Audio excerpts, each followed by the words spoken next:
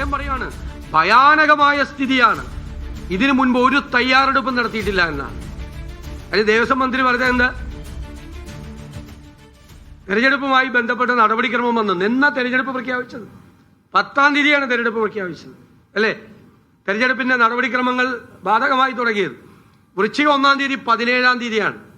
ശബരിമലയിലെ സീസണിന് വേണ്ടിയിട്ടുള്ള തയ്യാറെടുപ്പ് തുടങ്ങുന്ന ഒരാഴ്ച മുമ്പാണോ? UDF ഗവൺമെന്റിന്റെ കാലത്ത് ഉമ്മൻചാണ്ടിയെ പോലുള്ള ഒരു മുഖ്യമന്ത്രി പമ്പയിൽ പോയിരുന്നിട്ടാണ് അവിടെ എല്ലാത്തിന്റെയും കോർഡിനേഷൻ നടത്തിക്കൊണ്ടിരുന്നത്. ഇവിടെ ഒരു ചുക്കും ചെയ്തില്ല. അയ്യപ്പ സംഗമം നടത്തിയ ആളുകൾ, അയ്യപ്പന്റെ സ്വർണം കൊള്ളയടിച്ച ആളുകൾ, അവർ ഈ പ്രാവശ്യത്തെ സീസണും കൂടി വികലമാക്കി മാറ്റി. അവിടുത്തെ സ്ഥിതി എന്തായിരുന്നു? അവിടെ വലിയ ക്യൂ ആണ്. 10-15 മണിക്കൂർ നീണ്ടു നിൽക്കുന്ന ക്യൂ നിയന്ത്രിക്കാൻ സംവിധാനമില്ല. കുടിവെള്ളം ഉണ്ടായിരുന്നില്ല. കുടിവെള്ളം, ടോയ്ലറ്റുകളിൽ വെള്ളം ഉണ്ടായിരുന്നില്ല. നിങ്ങൾ ആ സ്ഥിതി ഒന്ന് ആലോചിച്ച് നോക്കിയേ. ടോയ്ലറ്റിൽ വെള്ളമില്ലായിരുന്നു. കുടിവെള്ളം, കുടിക്കാൻ കുടിവെള്ളമില്ല, ടോയ്ലറ്റിൽ വെള്ളമില്ല. വൃത്തിഹീനമായ ടോയ്ലറ്റുകൾ, മലിനമായ പമ്പ. ഇതൊക്കെ എപ്പോഴാണ് ചെയ്യേണ്ടത്? സീസൺ തുടങ്ങുന്നതിന്റെ തലയാഴ്ചയാണ് ഇതൊക്കെ ചെയ്യേണ്ടത്. അപ്പം മനഃപൂർവ്വം അവര് വീണ്ടും ശബരിമലയിലെ സീസൺ മുഴുവൻ, എത്ര പേരാണ്, എത്ര അയ്യപ്പ ഭക്തരാണ് ദർശനം നടത്താൻ കഴിയാതെ തിരിച്ചുപോയത്? പമ്പയിൽ പോലും എത്താൻ കഴിയാതെ പന്തളത്ത് വന്ന് മാല ഊരി തിരിച്ചുപോയ അയ്യപ്പ ഭക്തന്മാർ ആയിരക്കണക്കിനാണ്. ശബരിമല സീസണെ ഇത്രമാത്രം കുഴപ്പത്തിലാക്കിയ ഒരു ഗവൺമെന്റ് കേരളത്തിൽ ഉണ്ടായിട്ടില്ല. അപ്പൊ ആഗോള അയ്യപ്പ സംഗമം നടത്തി കാപട്യം കാണിച്ച ആളുകൾ തന്നെ സ്വർണ്ണക്കൊള്ള നടത്തുകയും ഈ സീസൺ മുഴുവൻ കുഴപ്പത്തിലാക്കുകയും ചെയ്തു. ഞങ്ങൾ ഗൗരവത്തോടുകൂടി ആലോചിക്കുകയാണ്. ഇത് നിയന്ത്രിക്കാനുള്ള നടപടികൾ ഗവൺമെന്റ് അടിയന്തരമായി സ്വീകരിച്ചില്ലെങ്കിൽ UDFന്റെ ഒരു പ്രതിനിധി സംഘം ശബരിമല സന്ദർശിക്കും. രണ്ടാമത്തെ കാര്യം, കേരളത്തിലെ സാമ്പത്തിക രംഗം ഈ സംസ്ഥാനത്തിന്റെ രാഷ്ട്രീയ ഭരണ ചരിത്രത്തിലെ ഏറ്റവും പരിതാപകരമായ സ്ഥിതിയിലേക്ക് സംസ്ഥാനത്തിന്റെ സമ്പദ് വ്യവസ്ഥ കൂപ്പുകുത്തുകയാണ്. ഖജനാവിൽ 5 പൈസയില്ല. വലിയ കടം. ഇപ്പൊ തന്നെ 4.5 ലക്ഷം കോടിയിലധികമായി കടം. അതുകൂടാതെ 20,000 കോടി രൂപ കിഫ്ബിയുടെ കടം, 13,000 കോടി രൂപ പെൻഷൻ കമ്പനിയുടെ കടം. അത് 33,000 കോടിയായി. ഞങ്ങൾ പറഞ്ഞതുപോലെ ഇവർ അധികാരം വിട്ടൊഴിയുമ്പോൾ ഏകദേശം 6 ലക്ഷത്തോളം കോടി രൂപയുടെ കടബാധ്യതയിലേക്ക് കേരളത്തെ തള്ളിവിടുകയാണ്. ഇപ്പൊ ചില പ്രഖ്യാപനങ്ങൾ നടത്തിയിട്ട് ജോയിന്റ് രജിസ്ട്രാർമാരെ പറഞ്ഞുവിട്ട് കോപ്പറേറ്റീവ് സ്ഥാപനങ്ങളിൽ നിന്ന് കോടിക്കണക്കിന് രൂപ കടമെടുക്കുകയാണ്. 2,000 കോടി രൂപ സഹകരണ ബാങ്കുകളിൽ നിന്ന് കടമെടുക്കാൻ പോവുകയാണെന്ന് പറയുന്നത്.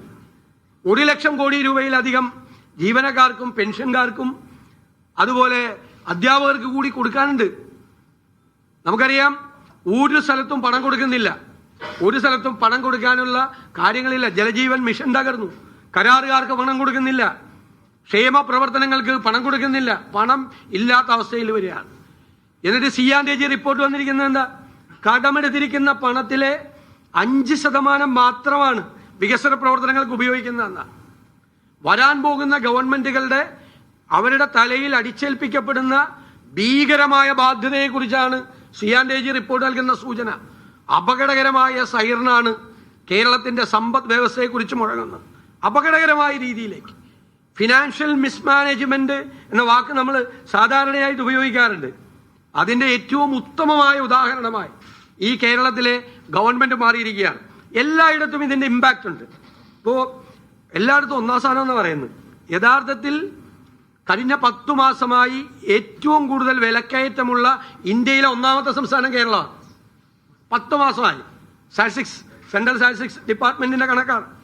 എന്ന് വെച്ചാൽ മാർക്കറ്റ് ഇന്റർവെൻഷൻ ഇല്ല. സപ്ലൈകോയ്ക്ക് കൊടുക്കാനുള്ളത് 2,200 കോടി രൂപയാണ്. 100 കോടിയാണ് ഇപ്പോൾ കൊടുത്തത്. 2,200 കോടി. വിതരണക്കാർക്ക് പണം കൊടുക്കാനില്ല. വിലക്കയറ്റം നിയന്ത്രിക്കാൻ പറ്റുന്നില്ല. 150 മുതൽ 200% വരെ വിലക്കയറ്റം ഉണ്ടായി. 400% വെളിച്ചെണ്ണയുടെ വിലക്കയറ്റം.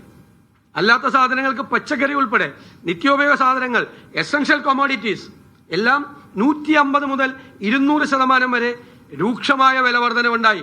ഗവൺമെന്റ് ചെറുവിരൽ അനക്കുന്നില്ല. മാർക്കറ്റ് ഇന്റർവെൻഷൻ നടത്തണ്ടേ? മാർക്കറ്റിൽ സ്വാഭാവികമായ വിലക്കയറ്റവും കൃത്രിമമായ വിലക്കയറ്റവും ഉണ്ട്. രണ്ടിലും ഗവൺമെന്റ് ഇടപെടുന്നില്ല. മാർക്കറ്റ് ഇന്റർവെൻഷൻ ഇല്ല. നിങ്ങൾക്കറിയാം, ആരോഗ്യ വിദ്യാഭ്യാസ രംഗമാണ് കേരളത്തിലെ അഭിമാനകരമായിരുന്ന രണ്ട് മേഖലകൾ. അത് രണ്ടും തകർത്ത് തരിപ്പണമാക്കി. ഞങ്ങൾ എപ്പോഴും പറയുന്നത് പോലെ ആരോഗ്യ കേരളം വെന്റിലേറ്ററിലായി. മന്ത്രി തന്നെ പറഞ്ഞു സിസ്റ്റം മുഴുവൻ പോയി. മരുന്നില്ല സർക്കാർ ആശുപത്രികളിൽ. മെഡിക്കൽ കോളേജിൽ സർജറിക്ക് പോകണമെങ്കിൽ നൂലും സൂചിയും കത്രികയും. ആലപ്പുഴ മെഡിക്കൽ കോളേജിൽ പഞ്ഞിയും കൂടി മേടിച്ചുകൊണ്ട് എല്ലാം പറഞ്ഞു. പഞ്ഞിയും കൂടി ഇല്ല. പഞ്ഞി കൂടി ഇല്ലാത്ത രീതിയിലേക്ക് കേരളത്തിലെ മെഡിക്കൽ കോളേജുകളെ മാറ്റി ഇവർ. സർജിക്കൽ എക്യുപ്മെന്റ്സ് സപ്ലൈ ചെയ്ത കമ്പനികൾ ഭീഷണിപ്പെടുത്തുകയാണ് ഗവൺമെന്റ്. ഞങ്ങൾ ഇപ്പോൾ എടുത്തുകൊണ്ട് പോകും, കാരണം കാശ് കൊടുത്തിട്ടില്ല. പകർച്ചവ്യാധികൾ വർദ്ധിക്കുകയാണ് കേരളത്തിൽ. പൊതുജന ആരോഗ്യം തകരാറിലായി. അമീബിക് മസ്തിഷ്ക ജ്വരം ഉൾപ്പെടെയുള്ള ലോകത്തെല്ലാം ഉള്ള പകർച്ചവ്യാധികൾ കേരളത്തിലുണ്ട്. ശബരിമല ഉൾപ്പെടെ വിവിധ വിഷയങ്ങളിൽ പ്രതിപക്ഷം സർക്കാരിനെതിരായ വീഴ്ചകൾ ചൂണ്ടിക്കാണിക്കുകയാണ്.